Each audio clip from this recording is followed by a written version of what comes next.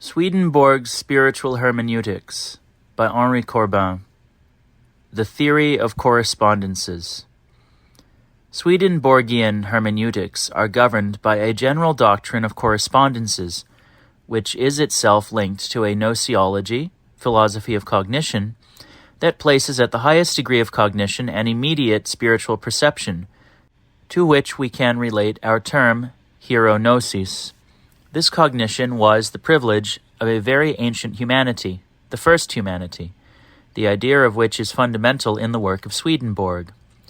The state of these ancient peoples was still that of a celestial humanity, which means that in observing every possible object in the world and on the surface of the earth, they saw them certainly, but they thought, by means of them, of the celestial and divine things that these objects represented, or signified for them. Their visual, optic perception was only a means. For them, the process was as it is for our hearing when we listen to a speaker. We hear the words, of course, but actually, it is not the words that we hear, it is their meanings. The decline began among the descendants of these celestial human beings when the object of sensory perception became the principal thing, instead of being the instrument. While for first humanity, the objects of sensory cognition possessed a character that conformed them and subordinated them to their internal man, to the extent that outside of this they had no interest in sensory things, their descendants, on the other hand, by placing the latter before those of the internal man, separated one from the other. In fact, they began to reason about spiritual things in the same manner as they reasoned about sensory things, and in this way they became spiritually blind. As Swedenborg repeats frequently in the course of his immense work, this is the reason that so few people know what representations and correspondences are. In order to know, it is necessary, in fact, to know that there is a spiritual world distinct from the natural world, and that the things which are diffused throughout the natural world from the spiritual world are representations of spiritual things. They are given this name because they represent the latter, and they represent them because they correspond to them. That is, they symbolize with them.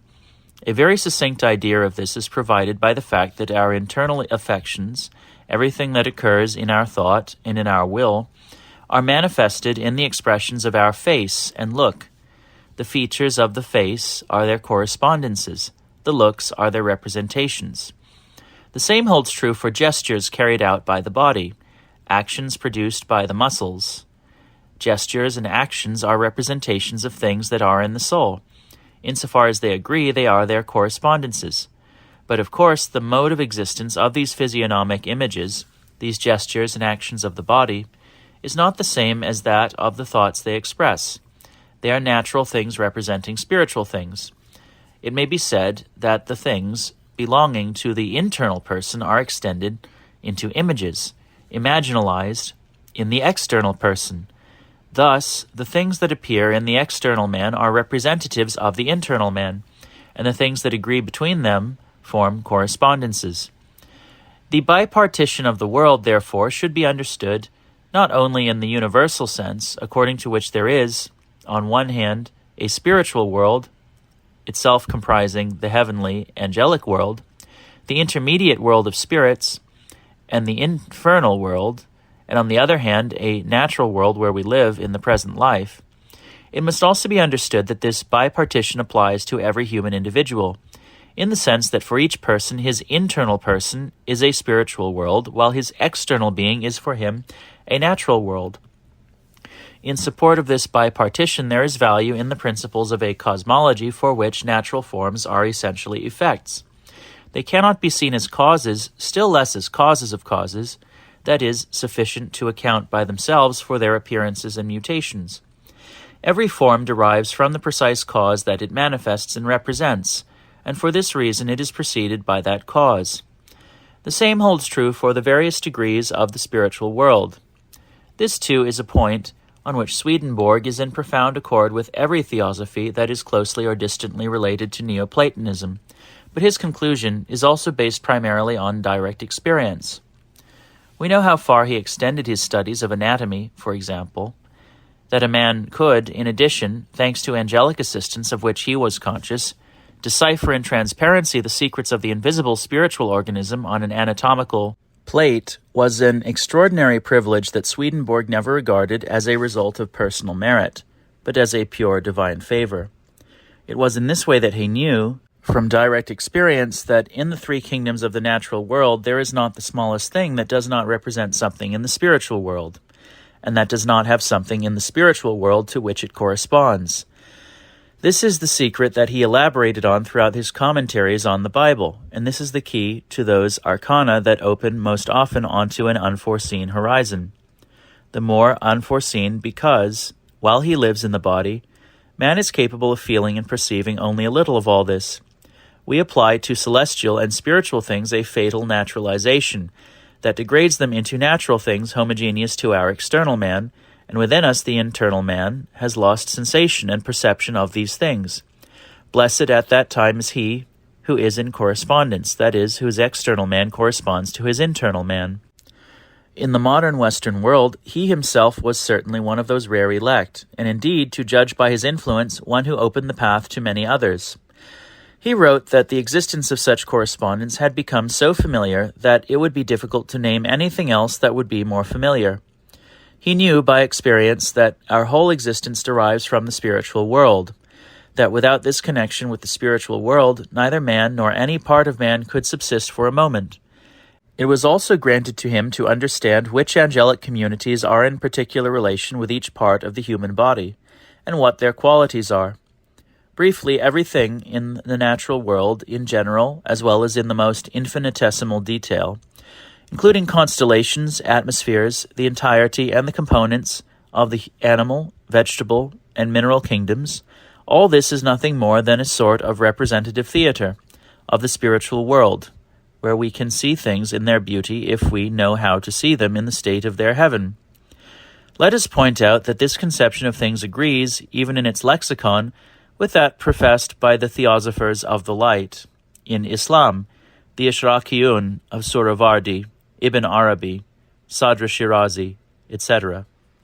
Sensory things are apparitional forms, the places of epiphany, mazahir, plural of mazhar, the teatrum of suprasensory universes, whence the idea of mazhariya, the epiphanic or theophanic function of images. Stated more precisely, this epiphanic relation is already established among the universes that precede ontologically the sensory world.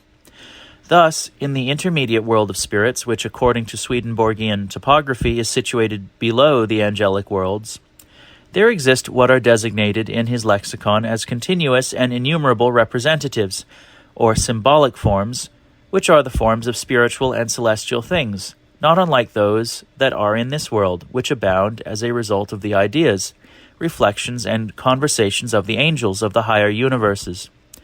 For every angelic idea contains infinite things in comparison with the idea of a spirit, and unless this idea were formed and shown representatively in an image corresponding to the level of spirits, or more precisely, to the lower sphere where there is a corresponding society of spirits, the latter would have difficulty understanding its content.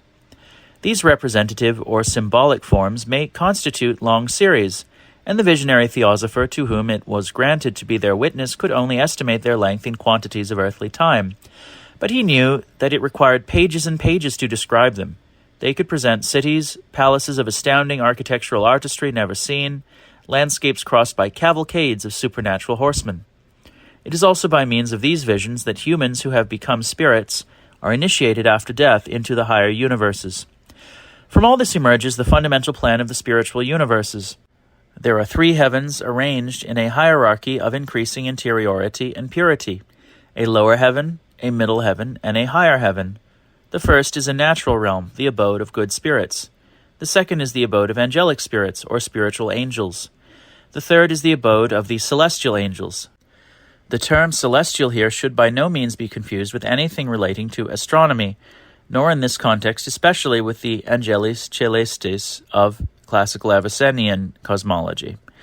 Just as there are three heavens, there are three senses in the divine word, the Bible: the natural sense, the spiritual sense, and the celestial sense. We will soon see that this is the basic doctrine of Swedenborgian hermeneutics. Each of these heavens is differentiated into innumerable communities.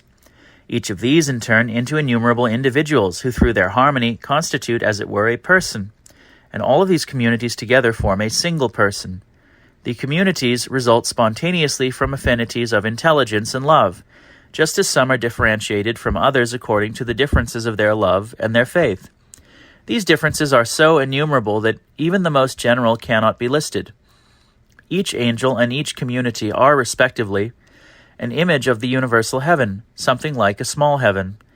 But though heaven is spoken of as an abode, this must be understood as an abode that is the state of the internal man. That is why the topography of the infernum, situated opposite, presents a distribution of its abodes symmetrical to those of the abodes of heaven, because the demons and infernal spirits, as well as the angels and spirits that inhabit heaven, were all human beings in this life, and each person bears within himself his heaven as he bears within himself his hell. By this law of interiority, it is necessary to understand that the phases of time and the places of space are interior states of man as well. Swedenborg mentions this frequently, and it must always be remembered. With this hero cosmology that determines in a parallel manner the structure of the hermeneutics of the Bible, we are undoubtedly at the heart of the Swedenborgian vision of the world. But we can only note here, very briefly, a few indications regarding certain aspects that derive from it, and that are of consequence to our purpose.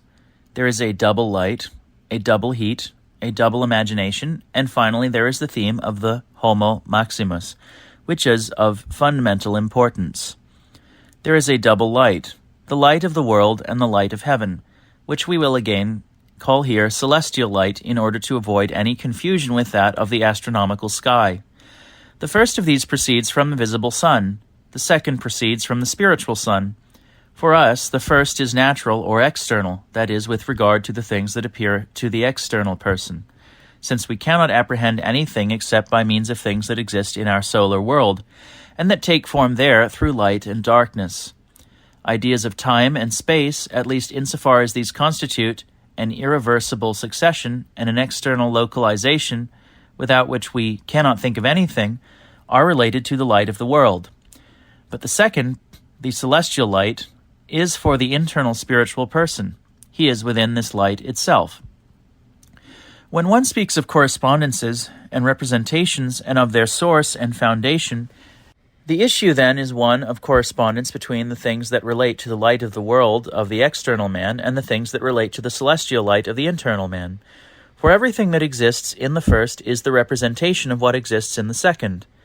In order to grasp this representativity, or this symbolic function, that natural things assume of their own accord by virtue of their spiritual and celestial correspondences, it is necessary to utilize a higher faculty, so well implanted in us, that it is the one we carry with us into the other life.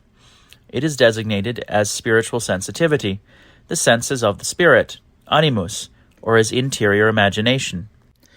For after death, this is one of the essential points of Swedenborg's doctrines, we possess the fullness of the human form, in the spiritual state to be sure, and of a subtle constitution.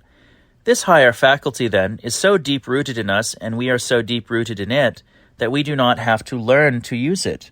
We are placed immediately in it as soon as we are liberated from our physical organism. On the other hand, during our life, we usually remain ignorant of this higher faculty.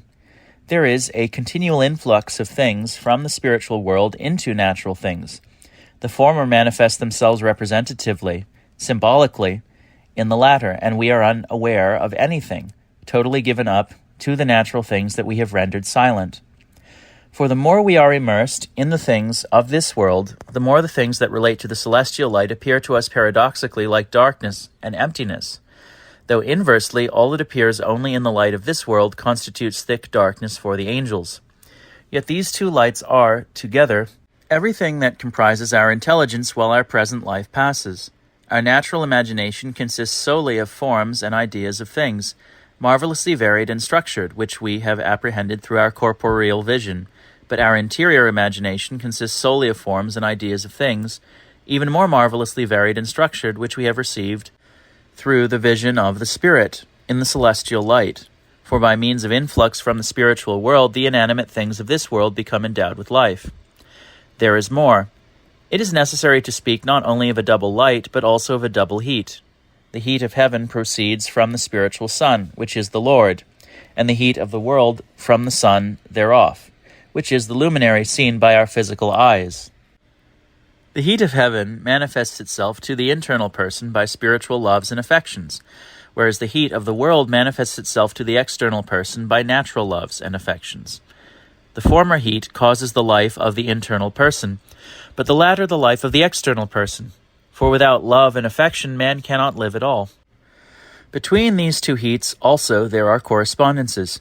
Spiritual light and heat have as their opposites the infernal darkness and cold inhabited by the infernal spirits, who breathe only hatred and violence, fury and negation, tending to the destruction of the universe, to the point that if their rage were not continually combated and repelled by the beings of the spiritual world, the entire human race would perish, unconscious of the secret of its history.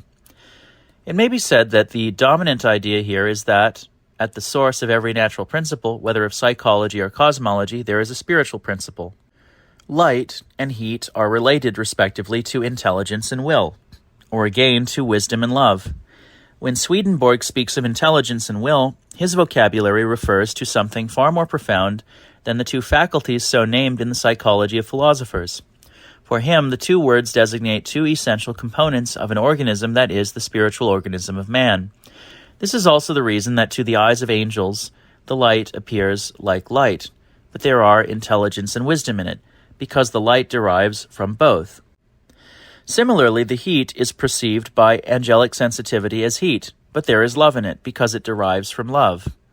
Love is therefore called spiritual heat, and constitutes the heat of a person's life, just as intelligence is called spiritual light and constitutes the light of a person's life. From this fundamental correspondence, all the rest is derived.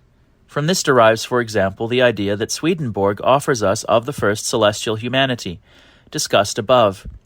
As we will see, the initial chapters of the book of Genesis relate the origin and decline of that humanity.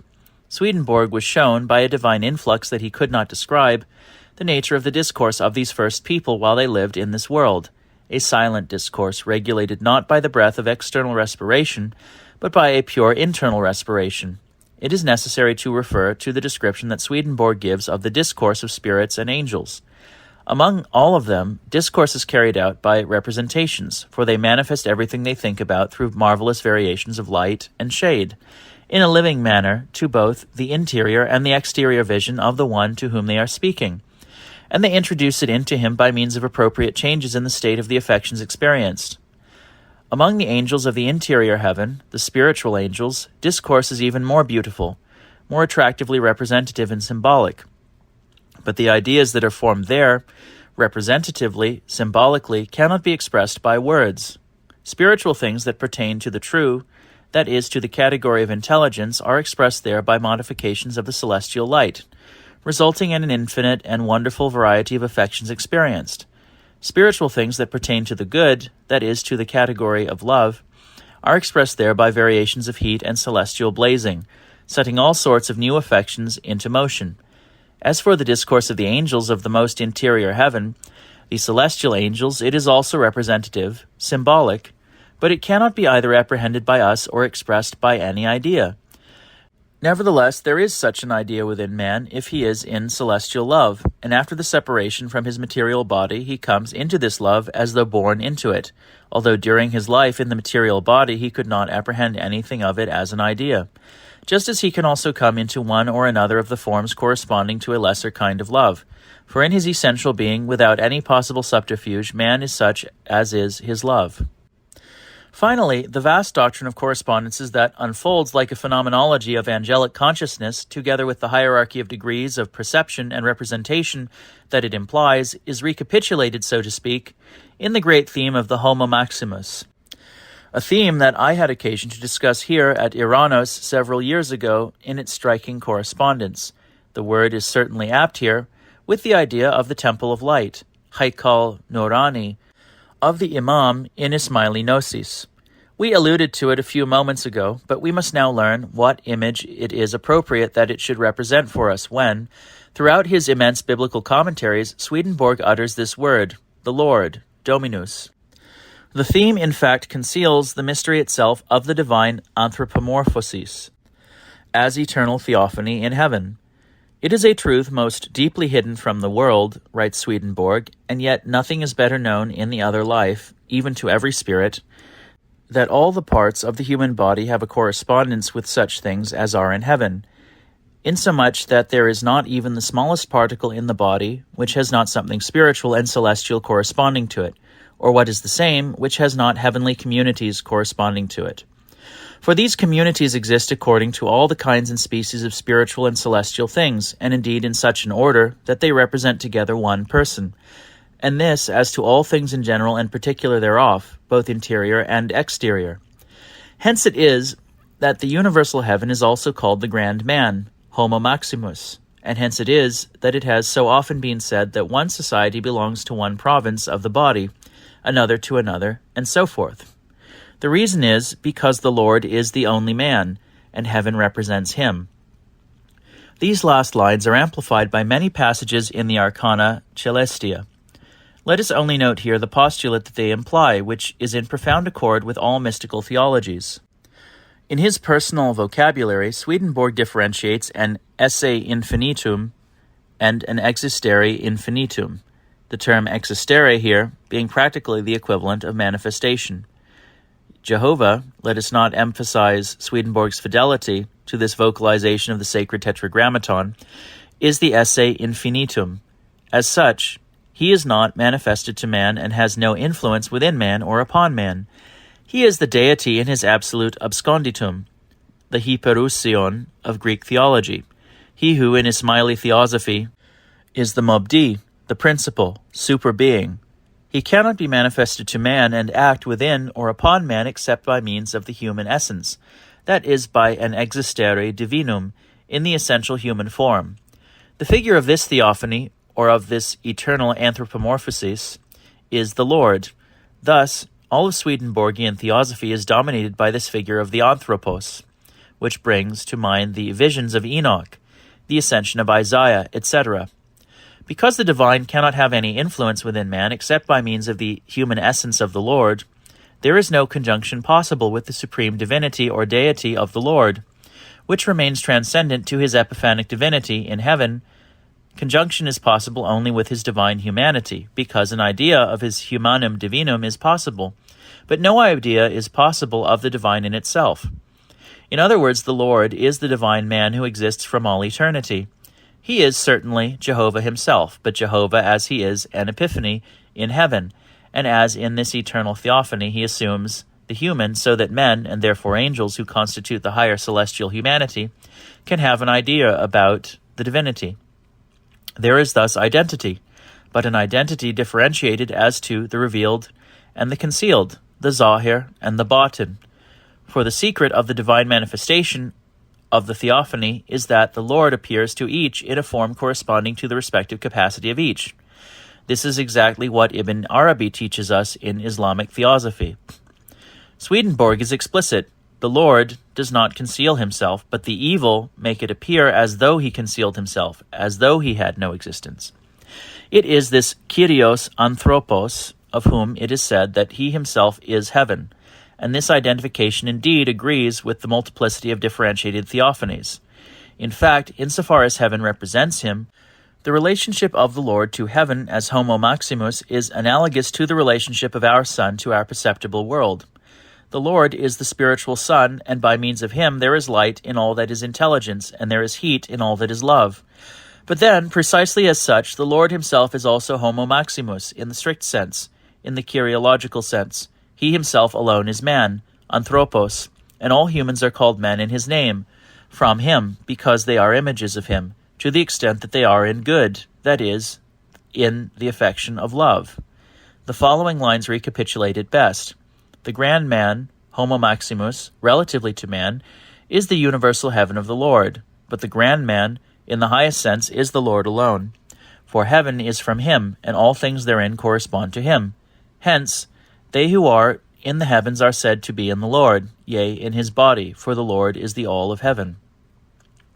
The theme of the Homo Maximus is therefore the key to the monadological conception that makes a little heaven of every individual angelic spirit, since the heaven to which he belongs and which is in him is Homo Maximus. And it is there, in that immanence of the all in each and of each in the all, that the angelological anthropology postulated by the doctrine of correspondences culminates. All spirits and angels, writes Swedenborg, appear to themselves as people, of a similar face and body, with organs and members. And this for the reason that their inmost conspires to such a form. The universal heaven is such that every one is, as it were, the center of all.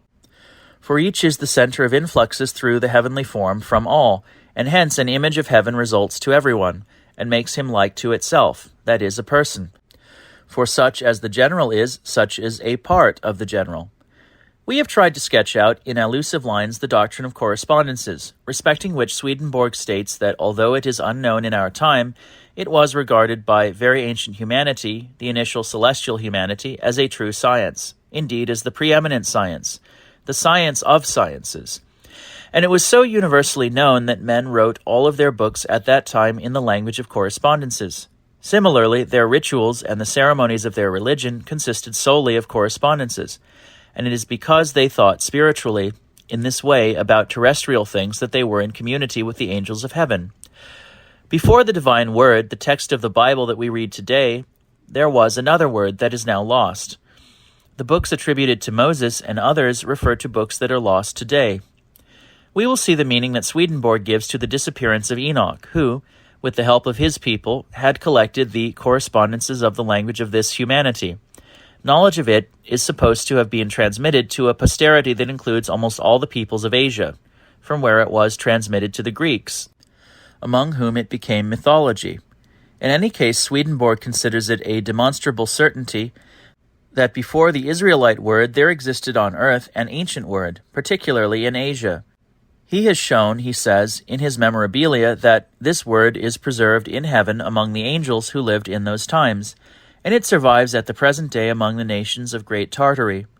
Whether this preciseness refers to Tibet, or, as is now thought, to Outer Mongolia, can it refer to anything but the scriptures of Mahayana Buddhism? For Swedenborg's heaven, as well as his vision of hero history, are vast enough to contain all religions.